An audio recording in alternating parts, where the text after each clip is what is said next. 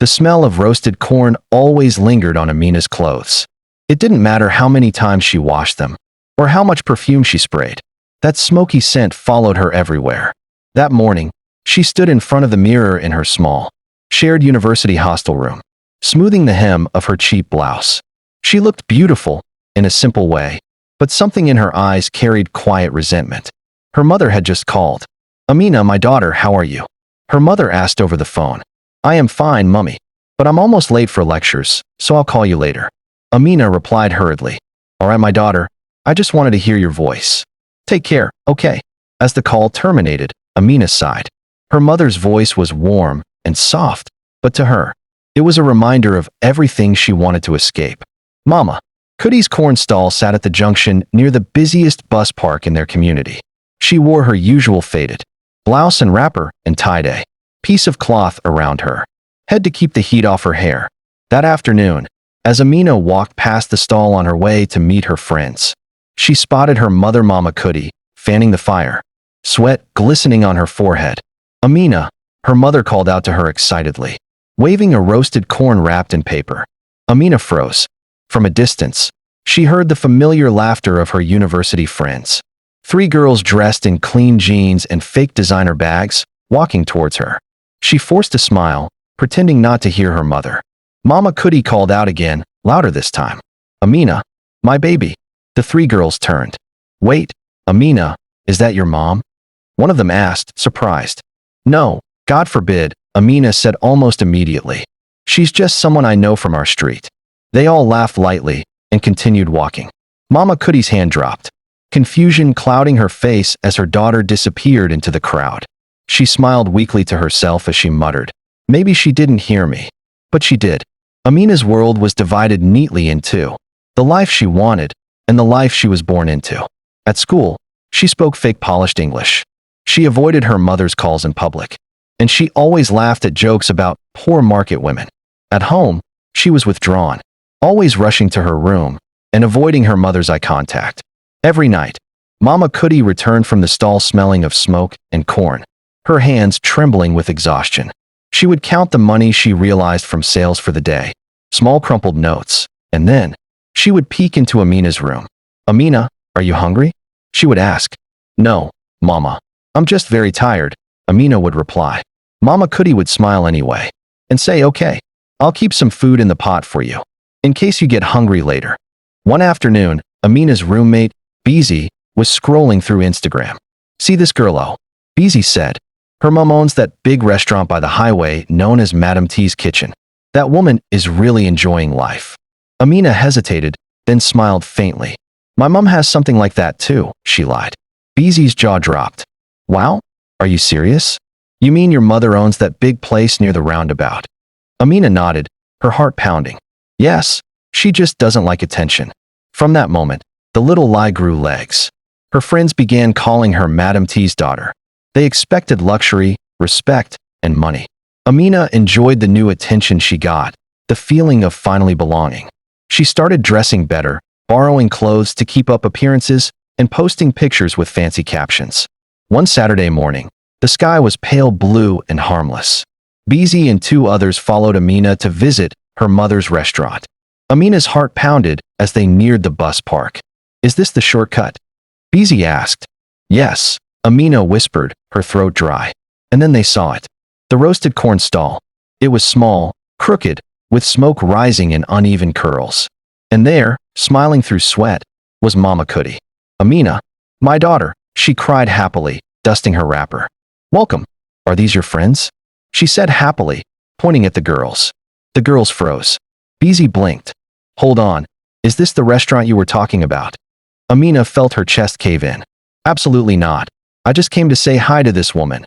I know her from our street." But Mama Kudi was already pulling out hot roasted corn from the smoky fire. "Welcome, my daughters," Mama Kudi said. "And thank you for being friends with Amina," she added. Her friends exchanged looks. One of them whispered, "So this is the big restaurant you were talking about?" They all burst out laughing. Their laughter was loud and mocking. Amina's cheeks burned. She grabbed her bag and ran off immediately. That evening, she didn't go home. As days turned into weeks, Amina stopped answering her mother's calls. She moved in with a friend near her school campus, pretending she was busy with final year projects. Mama Kudi still went to the stall every day. She told her regular customers proudly, "My daughter will soon be a graduate. She will be a big woman soon." At night, she would sit on Amina's empty bed and talk to God softly. A few months later, Amina graduated from the university. The ceremony was filled with smiles, laughter, and proud parents taking pictures. But Mama Kudi wasn't there. Amina didn't inform or invite her to the ceremony. She only heard about it from a customer who had come to her stall to buy roasted corn. She sold more corn that week to raise money for a small gift. It was a gold-plated pen with the words, "To Amina, my daughter, from Mama." When she arrived at the school compound late that evening, the crowd had dispersed. Amina stood with her friends, taking selfies. When she saw her mother walking towards her, her stomach twisted. "Amina, my baby. Congratulations," her mother screamed out happily. Amina forced a smile and said, "Mama, why did you come here? You shouldn't have bothered. I just wanted to give you this." Mama Kudi said, handing her the pen, her fingers trembling. "I am so proud of you, Amina." Amina took the pen, but her friends were already whispering and giggling behind her. She muttered an ungrateful thank you and turned away. Mama Kudi stood there a moment longer, smiling. Then later, she walked back alone towards the bus stop. That night, she fell ill. The sickness came suddenly. It started with a cough that grew into fever. Still, Mama Kudi refused to rest. One afternoon, while roasting corn under the blazing sun, she suddenly collapsed. Customers screamed and gathered around. A boy fetched water and poured on her to resuscitate her. Another called for help. By the time Amina arrived at the hospital, after receiving a call from their neighbor, her mother was already unconscious and placed on oxygen. The sight broke her. The tubes, the thin sheet, the weak rise and fall of her mother's chest. It all stabbed through her like a sharp knife. She sat by the bed, holding her mother's rough hands. "Mama," she whispered, tears falling uncontrollably, "I'm sorry. I am so sorry."